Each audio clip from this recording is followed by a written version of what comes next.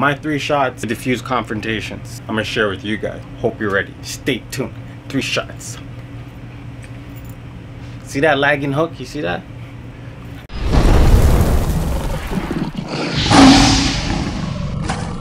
I'm gonna show you guys my 3 favorite shots to do in confrontation. So if you're ever in a confrontation outside the gym, at a bar, parking lot, inside a grocery store, because you won't wear your mask, put your mask on, man. It's COVID out here.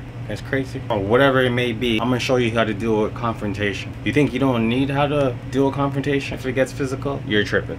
Peace through strength. You can always stay dangerous and be a peaceful individual. You know what I mean? Okay, I said stay dangerous. I didn't say violent. Don't gotta be violent, but you can stay dangerous. Bruce Lee was a dangerous guy, but that doesn't mean he was a villain. He wasn't going around looking for trouble. Lived a pretty peaceful life through being as dangerous as he was.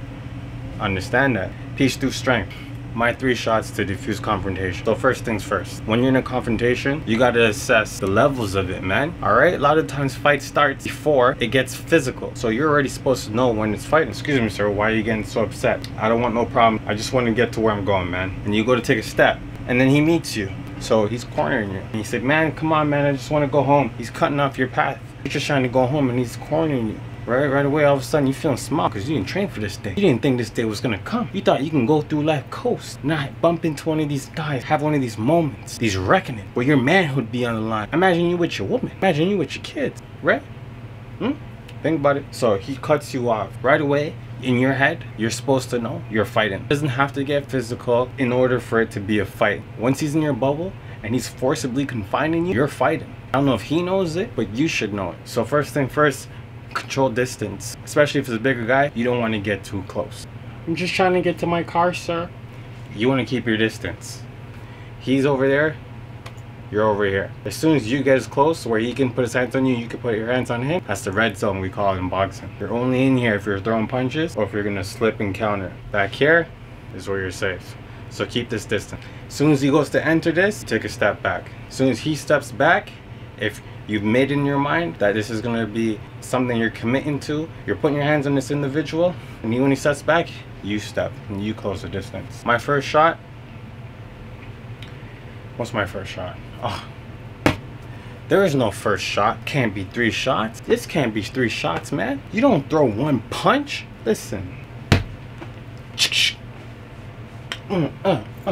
Right? Is that what you expect? Throw the shot, he eats it like a snack. And he just keeps coming, and then he tunes you up because you threw the 1 punch, stood there like you're taking a picture, and then he started hitting you with punches. No, we don't throw 1 shot. My first combo, you can call it, would be the left uppercut with the step, and then the right overhand right demonstration. This is something that comes from your hands at your waist where you look non-threatening, your hands folded, one of these, the hat. You can be fixing your hat, whatever, get your hands up, or if you comfortable with your hands down. Either way, when it comes to ending a situation quickly, getting the KO, it's the surprise that usually does it. So you want to be settled. You want to move like a serpent. All your gestures, even the micro gestures, you don't want them to see. You don't want them to smell. You want to get them a hint. So you do this with your voice, calming, disarming. Do this with your posture, so he doesn't have a clue what's coming. Conversation's taking place. You're at the bar. Homeboy slapped your girl's butt. Think it can happen? It happens. And what if you got one of those rowdy girls? You're just gonna let him slap my butt like that? You better protect my honor. You ain't getting nothing when you go home. My sister was right. You ain't nothing but a chump. Exactly. Now the whole bar's looking at you like, what you gonna do, buddy? You ever get in those one situations and your anxiety makes it feel like the whole room's just looking at you? Just looking for your response? Have one. Don't be that guy who thinks you'll never end up in that situation, because you never know. Disarming demeanor come from the bottom with the uppercut with the step. Okay, so what we're doing here is we're creating an angle. So this is where his right hand would be on this side of the bag. This is where his left hand would be. From here, we're going to his right. With the step, we're throwing the uppercut. Boom. As soon as we throw the uppercut, we're throwing the overhand right. Listen, man, like, I'm really trying to talk to you, man. I don't want no problems. I just want to go home. I'm late. Wifey's gonna kill me. Yo, buddy, listen, come on, man. Just think about what you're doing. So slow that down for you again. What I'm doing is I'm stepping with the uppercut. Wham, wham. I'm getting that head up. As soon as I see that head, I'm looking for it. That's why I threw the uppercut, to lift his chin up. It's not even the uppercut that's knocking him out. It's the overhand right. I throw his chin up with the uppercut, overhand comes, bam, and that's what knocks the head off, okay? And remember, you're driving through anything you're hitting, so you're trying to hit the back of his skull. A lot of people, naturally, in street fights, first thing they want to do is just throw the overhand right. But to throw the overhand right from your opponent standing right in front of you, it's telegraphing. It comes across the body. It takes forever, like all day. Normal guy's gonna get out of there. He's probably gonna duck and take you down. They'll probably see you coming, block you. You know what I mean? Take you down and start ground and pounding you. Elbows and fists, headbutts. Get ugly. Santa Maria. Done. Don't be that guy. We're not gonna lead with the overhand right. What we're gonna do is we're gonna come off to an angle. So once you make that angle, the overhand right, he doesn't even know where it's coming from, because you're no longer even in front of it. It's just coming over, okay? For all he knows, one of your boys jumped in. He's not gonna see that shot, and especially if you snap the head up, bam. You can throw this from your hands at your waist as well, bam, bam. Throw it from your hands up, this arm position, piece, piece, piece, wham, wham.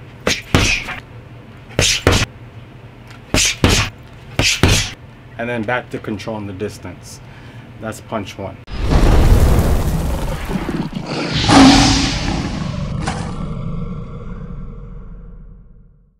Number 2 on the list, how to drop a bully or a confrontation that's getting violent or about to get violent. Number 2 for me is the most famous, most practical, most fundamental punch combination in boxing. If you know, you know. The 1 and the 2. For the novice, the 1, jab, 2, cross. Now why this works for me, because they're 2 straight punches in recession, rapid recession. That kind of trauma to the brain shuts the lights out. You don't necessarily have to throw it hard if you can throw it accurate. You hit him right on the chin here, that slides the jaw back into this nerve right here. I don't remember what the nerve is called, look it up yourself, but it slides the jaw back into this nerve, and that's lights out, folks. It's called the button. But it's all on how you throw it. Like I said, it's all about distance. It's about disarming your opponent. It's about hiding your punches so he doesn't think they're coming. You don't telegraph. You're going on a straight line. So I don't know if you guys have been doing your shadow boxing, but when you are doing your shadow boxing, when you throw in punches, this is another thing why I love boxing so much and why I fell in love with it.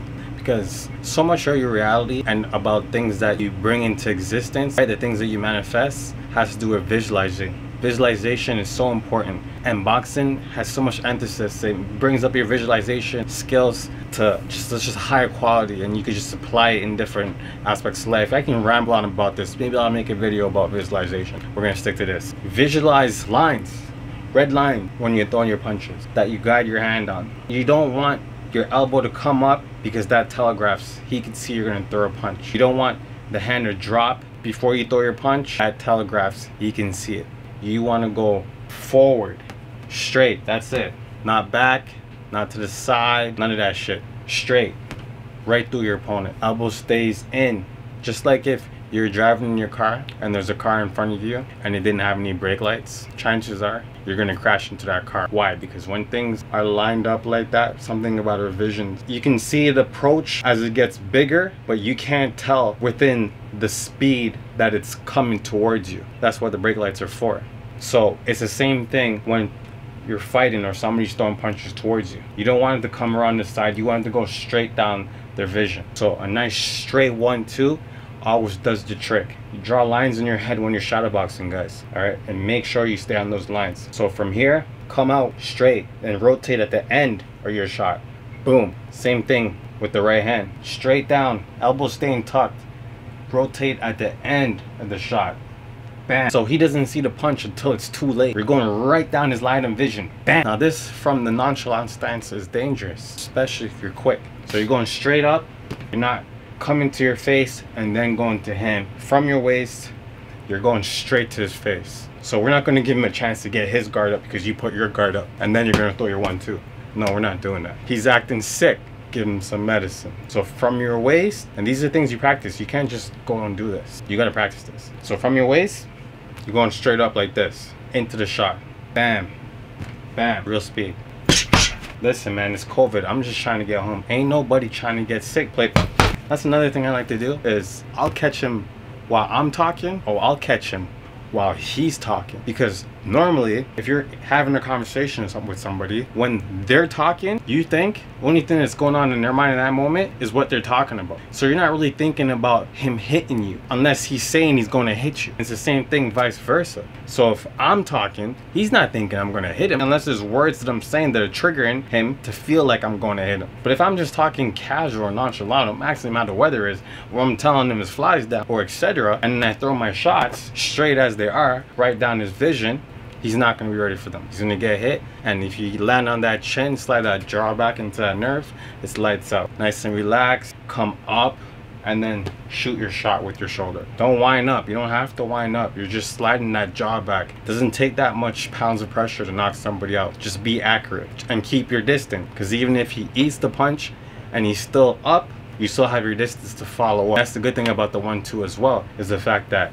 after you throw it, if you're on top of your hip still and you're positioned correctly, you still got the 3-2. You still got the uppercuts. You just make sure you stay on top of your hips. So we're talking, trying to disarm the situation.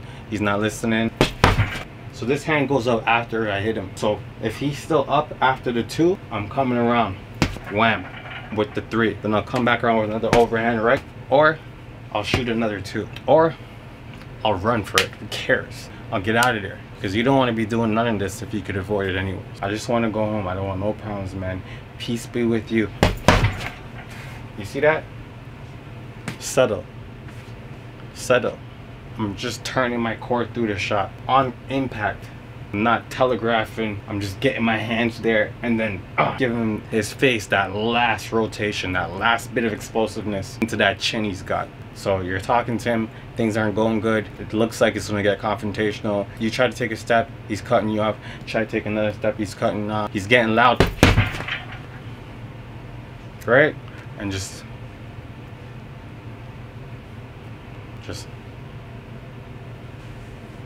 and put it in your pocket with the rest of them that you collect from all your previous knockouts, like some kind of psycho. But I'm just trying to get to where I'm going.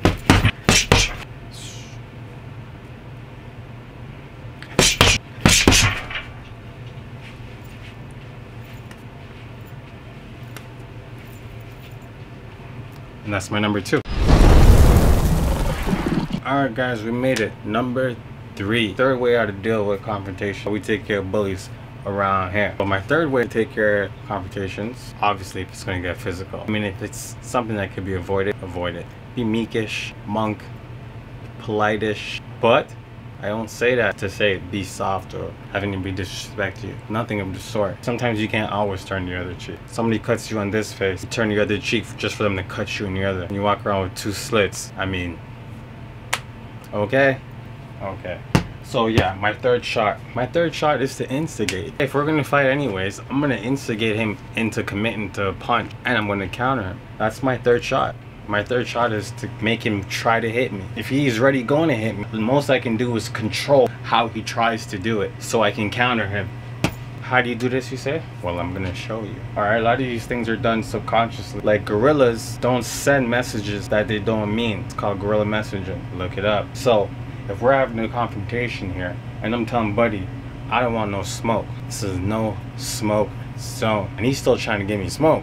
I'll turn up and I'll dare him. I'll instigate. But you're gonna hit me. Stop talking. You talk too much. Let's go. Right? But as I'm doing this, as you can see, I'm shuffling over to his strong hand. So I'm making him feel like his opportunity is with that lead, right? Because that's where I'm kind of going towards. Like, you know, I'm kind of talking my shit. I'm going towards this way. Like it seems like I'm doing it unconsciously, but I'm purposely doing it because I want him to lead with that right hand. Once I already know what he's gonna throw, I know how to react. So there's 2 ways I do this. He's gonna throw the overhand right. Say he throws the overhand right. I see that elbow come up. Same one I was talking to you earlier about telegraphing. Or maybe he drops the shoulder back before he throws it forward. So much different things to look for when we're throwing punches. I make him feel comfortable that his best shot is with that right hand by subtly circling to his right, circling to that strong hand. So I do this, and as I'm doing this, I'm talking to him, almost antagonized, daring him, stop talking shit, bud. If you're gonna do it,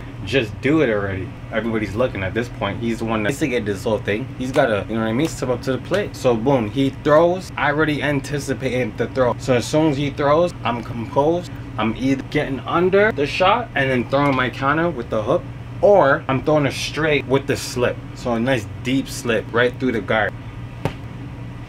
So as soon as he commits to a shot, I'll meet him. Or I'll get under and I'll counter. So he's here talking his shit. I'm stepping to the side. Bring it, buds, bring it. Whoop. As soon as he throws that right and he misses, he's gonna be out of position. As soon as he's out of position, that's where I come across with my hook. Boom, coming down, right? Wham. So he's here, he's throwing his shot. Just whoop. See that? Right? Buddy, you're talking too much. You already made the scene. If you're gonna do something, do. Whoop. Back out distance. Right? Distance. If he's throwing the shot, dip my shoulder into my slip as I throw my punch. Bam. How low I am. I'm only doing this when his punch is already on the way. I'm not gonna commit to this move until he commit, because last thing I want to do is commit too early. He sees me down here and just changes the trajectory onto his punch and just meets me, gets me on top of the head, or even worse, like just jumps on me. Santa Maria. Timing, distance, accuracy. But if you could avoid confrontations, the best thing to do is to avoid it. I'm gonna give you guys a bonus. This is a little special bonus. Is a feint. So what is a feint? My last video was about flinching. That's exactly what a feint is. It's trying to get somebody to react. You're here, I'm trying to get you to react. Right? What? Trying to get you to react. Right? Because if I can freeze you, then I can throw my shot and meet you wherever you're frozen. From here, just they throw a fake punch to try to get me to react, and I do. I bite on it and I react. So I pull. This is a pull. If he's anticipating that because he didn't overcommit on the initial punch, he could catch me off balance by simply stepping through his shot while I'm already back here in the pull. So before I have a chance to take the rest of my body with me or to come back, he could be right on top of me with another shot. Or he can throw the feint, I can bite, he can wait for me to come back and then land his shot. Bite, bam, punch, I bite, come back, bam, I eat it. All right, demonstration. Okay, feint, come back, eat it. Feint, eat it. So sometimes it's cool, guys are acting up, right? Get a little showy, throw a feint and then throw your shot. Know what I mean? Like, you ain't gonna throw your shot. All right, just for food for thought. I know everybody feels these situations are unlikely. You know, you see these YouTube videos of guys getting knocked out in the street, Black Friday incidents for trying to buy their little TV, bras are breaking out.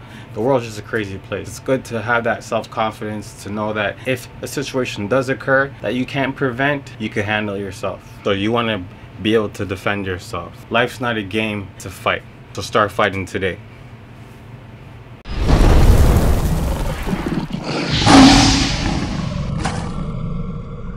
See that lagging hook? Or if we take the step, then you come with the hook. Bam. Okay, we're getting carried away. By the way, new merch coming. Are you fighting today? And you see that every day. Let me move the hair for you guys. You see that every day. I'm gonna show you guys a back video too. Don't worry, that's coming.